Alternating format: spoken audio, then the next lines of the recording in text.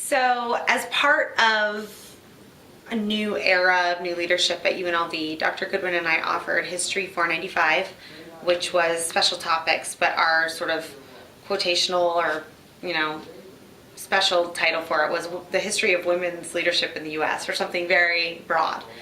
And that, I think, is going to forever be my favorite memory of the year and a half I spent working with New. We were able to follow kind of a model set by Rutgers that spread out the work done during that week of new leadership over the course of, I think Rutgers does it for like 3 years. You earn a certificate or a degree, sort of special degree in new leadership and women's leadership. Well, we weren't able to do that, but we were able to offer a class for the spring of 2010 and the fall of 2011.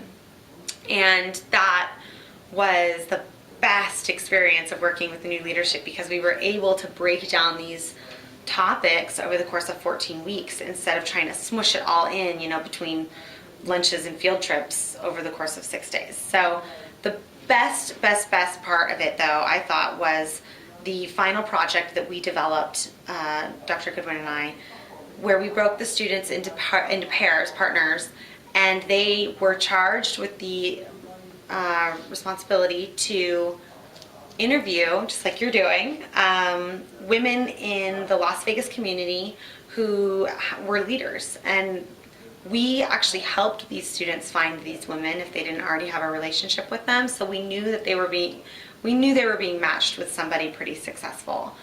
Oh my gosh, we had the most amazing women interviewed in the course of a total of 20 weeks. We had Shelley Berkeley, Barbara Buckley, oh my gosh, who am I forgetting? There's somebody else that was pretty, there were so many. We had Deborah Nelson from MGM. I cannot think of her name. She's an educator. Lillian Hickey. We had so many great interviews done with these women. Oh, Ruby Duncan's interview is awesome. And it's just, what was so great was that we were like, go do it. And we worked on the questions, the development of questions with the students. But more than anything, we just trusted them to just go and try. And Ruby Duncan's interview is my favorite version of sort of how that could be so successful, because here you have Ruby Duncan sitting at like a Starbucks, next to a really busy street. They're sitting outside. She's got her big sunglasses on, and the students are asking her in a very conversational, just like Ruby can be, very conversational way, tell us about leadership. Tell us about your experiences as a leader. Tell us about what it means to be an activist. Tell us about women's experiences. And Ruby is just talking to them as if they are all best friends. And you watch this video and it's just like, how did we get to be the ones to get that? How did we get to be the ones to say, oh great, yeah, that wonderful video and that interview with Ruby Duncan, that's on our website. And it's because the students did it. It's not because we as a staff did it.